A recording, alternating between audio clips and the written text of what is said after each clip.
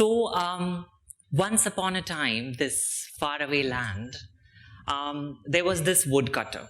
Yeah, he was single and happy. Not happy because he was single, because he was minimalistic. The needs were minimal because he was single. So he was leading a very happy life. Then gradually, he fell into love with somebody, got married, had babies, the family grew. That's how the requirement, the needs of the family grew. They needed more money to make ends meet. And then the struggle began. So when he was single, this woodcutter could cut, let's say, 8 trees, and he was quite happy with it. But now with the family growing, the demand growing, the inflation growing, those 8 trees were not enough. Yeah. And then the family started struggling. So that's where he heard of this magical axe, which is being sold at some town, which can help to make pots of money. Very excited. So he decides to buy that magical axe. So, just finds out some precious stones, which they have treasured for some years, some precious metals, pulls out his bullock cart, travels those many miles to the town, puts in efforts to trace down that shopkeeper, and then finally managed to buy that magical axe. Super excited, dancing, comes back to his home, and with this dream that, now the future is going to be bright, he goes to sleep. Next day, he goes to his job, all excited. But at the end of the day, he realizes he could cut only 8 trees. Super angry, frustrated. Oh my God, I have been cheated. This axe is useless. I am not able to do anything. I could cut only 8 trees. With that anger, he immediately pulls out his bullock cart, goes to that town, again traces down the shopkeeper and starts argumenting with him. The shopkeeper is also puzzled and surprised. How can this happen? He takes a look at the magical axe. There is no damage. It's all fine. So what is happening? But then this is the era which we are talking about, where integrity is very important. Reputation, brand value is very important. People are practicing values. So he immediately gives a replacement axe to the woodcutter. Yeah. And then also tells the woodcutter, I'll accompany you. Just in case there is some issue, I can immediately fix it, and then we can work together. Both of them come back to his town. The next day, the woodcutter goes to his job, and that is where the shopkeeper realizes the woodcutter has been using a manual axe. And now this magical axe is an automatic axe, which has been sold to this woodcutter. And because he doesn't know how to leverage the automatic skills of the axe, he's failing to leverage the axe to its fullest potential, and that's why he's not able to gain the productivity out of it. That's what happens with most of us. The technology around us is constantly changing. We are talking about Industry 4.0 revolution, but because we are not augmenting our skills, we are struggling to leverage it for our own benefits. So with that thought, very good afternoon to you all. I'm Amita. As the fabulous introduction mentioned, I'm working with Citi Technology presently as Vice President. I'm leading the QA function for Citi Private Bank. That is the technology aspect of my job. Apart from that, I'm an inclusion and diversity evangelist. Today, I'm participating here in my personal capacity. So the views I'll be expressing are my own and not necessarily resonate with my organization. Yeah. Before I get into the details, I also want to express my sincere gratitude to iCity Academy for having me over today. This is really a fabulous opportunity for me to be amongst these bright minds. Yeah. So thank you. Now to move on. Okay, let's make this session very interactive, yeah? Because, see, for me, every single opportunity is to learn something new. That's how I lead my life. So, I would expect you also share your views, your ideas for me also to learn. Yeah. So can you help me understand what is the difference between skill and talent? Can one of you help me understand the difference?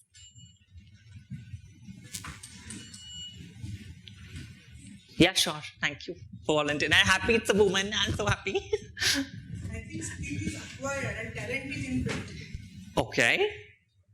Great. Anybody else? Oh, great.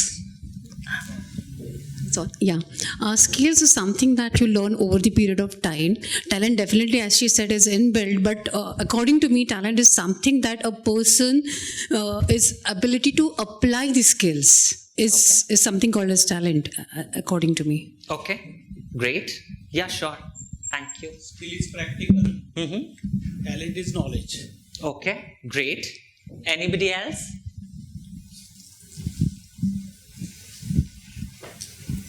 The same thing I was going to say. Anybody else? Yes, there's this hand. Skills means knowledge and talent means knowledge and skills means ability to use knowledge. Okay.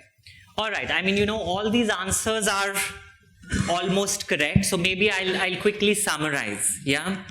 So skill is something which you can acquire. You can invest your efforts, you can acquire some skills, and again, we know there are various levels, and then accordingly, by investing more efforts, experience, you can acquire the proficiency and various levels across that skill. Talent is something which comes organically to you. A lot of times we make a mistake that talent is you're born with, but there are a lot of debates happening within neuroscience which convey that it's not something you're born with, which comes to you organically, which you're passionate about. Yeah. So that's how skills is something which you can acquire. So when you see the technology is changing constantly, you can invest efforts in augmenting your existing skills and accordingly reconfigure your role or aspire for a new role. Yeah. So now we have understood about skill and talent, why reskilling is so important. Yeah. So let's look at some statistics, okay? As these are statistics from some standard surveys, I'll read it out to you so that I don't make mistakes, yeah? So according to the 2018 Future Jobs Report, 75 million jobs are expected to be displaced by 2022 in 20 major economies. At the same time, technological advances and new ways of working could also create 133 million new roles driven by large-scale growth in new products and services that would allow people to work with machines and algorithms to meet the demands. So if you add up the numbers here, so as you can see, 75 million jobs will be displaced, but 75 minus 133, so around 58 million jobs will be the new jobs which will be created, and the other ones will be the reconfigured roles. Yeah. Over the next decade, the 14 G20 countries could miss out on as much as 11.5 trillion US dollars of cumulative growth promised by intelligent technologies if they can't meet future skills demand. How many of you use Zomato, Swiggy? Everyone, right? I'm sure you must have gone through that experience. You book an order, you're super hungry, you're really excited, waiting for your order. It shows the delivery person has reached the eatery or the restaurant, and then he's not moving. He or she is not moving. Your order is not going anywhere. And then you finally launch a complaint with the customer care, and then you are updated that the eatery is shut down. It doesn't exist. It happened with me. I went to Phoenix for some shop, for some outlet, and it didn't exist there, even though it showed on the Google Maps. Why this failure happened? Because these companies have not invested enough right now to leverage AI. That's why if they want to keep pace with these changes happening, and if they want to be relevant in the market, they'll have to heavily invest in AI for the coming years.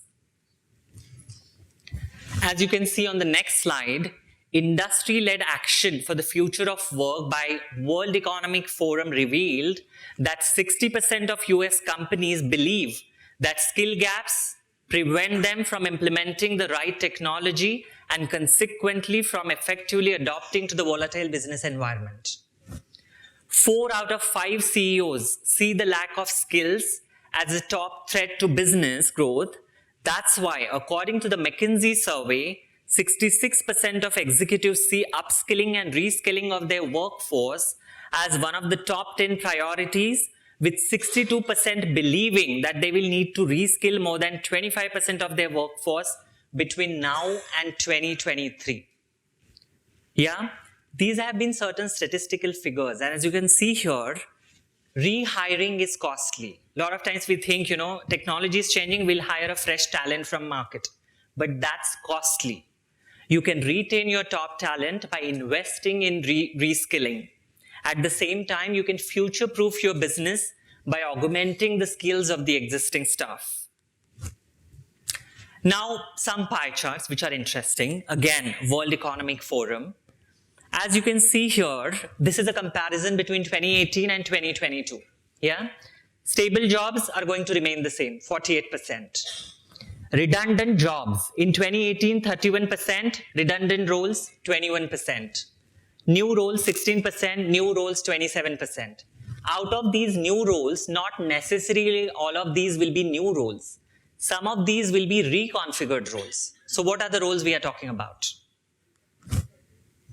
This is the high-level categorization that we are talking about here. Stable roles, new roles, redundant roles. Stable roles are more about leadership, management, strategy planning. As you can see here, there is this HR roles are also mentioned, human resources specialists. I would say human resource specialist roles are slightly getting reconfigured. They are leveraging bots. That is where this also falls within the remit of reconfiguration of roles. Yeah. Then comes the new roles. First, data analytics and data scientists.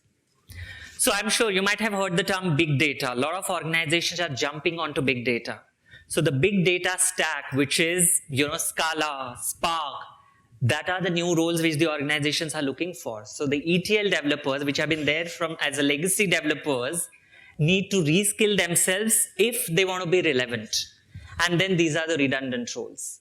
Redundant roles are basically those roles which can easily be automated. We all know there are tasks which are redundant. Those can be automated. A very simple example could be legacy. We have seen postmen, right, delivering our posts. Now we don't see any postmen because emails, the technology, the kind of communications that are taking place. So the postman jobs have become redundant, but they have been reconfigured as delivery executives. We all have been using the e-commerce sites, rampantly. So all the delivery that we are getting are through humans right now in India. So that's how the postman job is reconfigured as these delivery agents, what we can see today. Yeah, so this has been the organization's perspective from a very, high level point of view. What is an individual's perspective? So as an individual, how does it matter to me? Yeah, skill gaps are prevalent and widening. The example that I gave you about ETL developers. So the ETL developers need to understand the skill gap. Because the organizations are jumping onto big data stack, they have to realize this is the gap which is getting created automatically in the skill sets.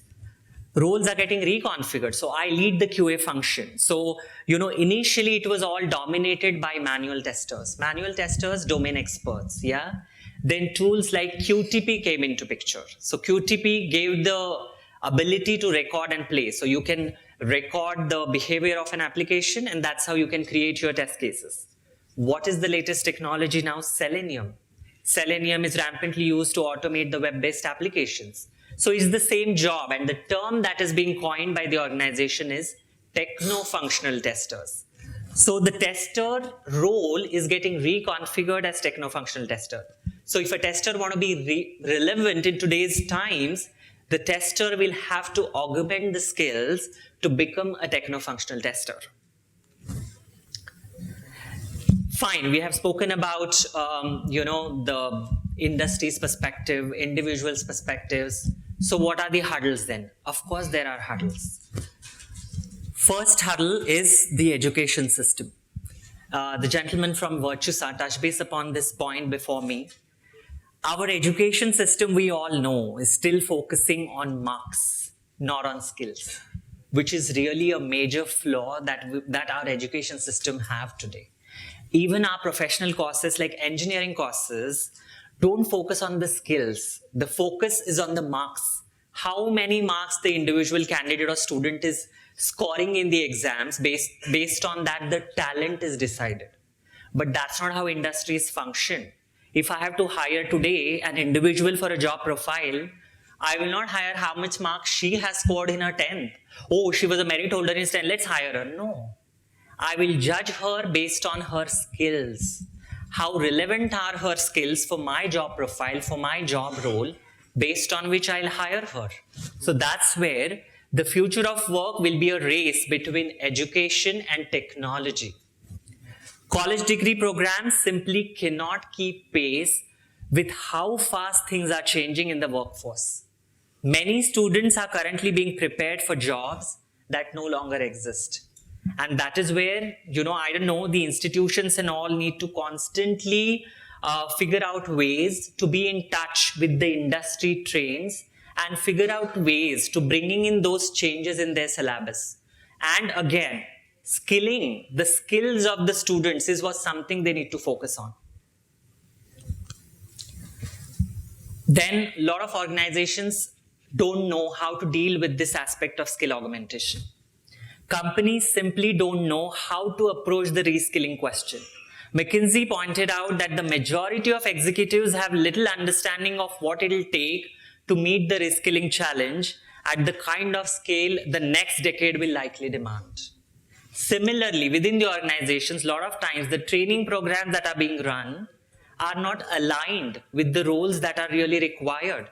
Even the institutions, the private institutions, the training programs that are being run, they might not be relevant with the industry changes that are happening. The last point here is hire and fire shortcuts. A lot of organizations might opt to the shortcuts of hiring and firing, so the redundant workforce, just let's get rid of them and they hire the fresh ones from the market which are with the latest technologies. But as I mentioned, it can lead to additional costs, which they might not realize. Lack of money. A lot of organizations don't have the required money to invest in reskilling. Now, this particular hurdle is very much individual specific. Yeah, we have spoken about the organization's hurdles, but as an individual, I get so comfortable in my comfort zone that I don't want to get out of the comfort zone. Yeah, that is where the mindset shift is required. That is where we all, whoever is aspiring to be in tune with the technology changes, to be in tune whatever is happening, AI, ML, blockchain, Industry 4.0 revolution. The term that we are talking about is counting the number of trees but not losing the sight of the forest. Yeah, it's all about driving a driverless car. Yes, today we are talking about driverless cars, but tomorrow is going to be driving a driverless car. Whoever wants to be in tune with all this needs to have a mindset to get out of the comfort zone, get out of the fears. And then the last one is, mindset we have covered. Fine.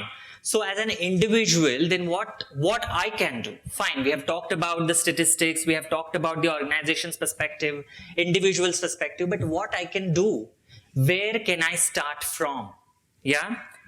So this is the slide which, maybe I have tried to put together based on my experience. First, assess your own skills. There are various techniques available, SWOT analysis and all. Assess your own skills. What are your core strengths? What are the areas that, you need a little bit of improvement? Yeah. Get your skills in order. So once you have skills in your order, then you will have to assess what is your next step. Next step in terms of career progression, or you just want to find a new job, or let's say your job is getting reconfigured. So what are those skills for the newly reconfigured jobs? This assessment will help you find the gaps, and then you can work towards bridging those gaps. So now, before I conclude, I want to leave you all with a thought process which I have practiced in my life and which has helped me, which maybe you can try practicing in your life. So for that thought process, maybe I'll share a little bit of some nuggets from my own journey. Yeah. So for 2 decades of my life, I struggled with something which is called gender dysphoria. So gender dysphoria is something where your biological sex is not aligned with your psychological gender. Yeah. So of course there was this struggle. It was all difficult, and then reached a point where there was a deadlock. So I couldn't find any way, any solution, nothing. It was all a dark room. It was all hopeless. There was nothing left in my life. And that's where I decided to become an architect of my own self. I decided to find answers to my questions. It put me on a voyage of self-discovery, and that's how finally I gone through a metamorphosis, released from my cocoon, and embraced my true self, which is womanhood. I did that whilst working full-time for my previous organization. I did that when I was in a leadership role, when various teams were reporting to me. So, it was all very, very difficult. It did take a toll on my mental health. There were days which were really hopeless. So this was my story, but I'm sure all of us have a lot of issues in our personal spaces. Yeah, the nature of issue could be different. All of us are dealing with something or the other on a daily basis. It takes a toll on our mental health. I'm sure you have heard a lot of speeches by these eminent speakers throughout the day. Some of them might have touched base upon this concept of mental health. All of us go through these days when we just don't feel like getting out of the bed. We just struggle to take that one step when we get out of the bed. We just don't know which direction to swim. What you can do in these situations like that, rather than being harsh on yourself, rather than just pushing yourself, just float for a while. Just float. Float for a while with your senses little alert, with your senses open. You will automatically be able to gradually find a direction in which you want to swim in. Make your daily interactions humanoid. The technology is constantly changing. The world is constantly changing. What we see around us, the constant exposure to the digital media is constantly inflicting this negativity upon us. That's where you might find yourself stuck at a crossroad, don't know which direction to go in. So when you are stuck in situations like these, just float for a while, and then you will automatically be able to find the direction in which you want to swim in. Yeah? With that thought, I'll end my address to you. Thank you.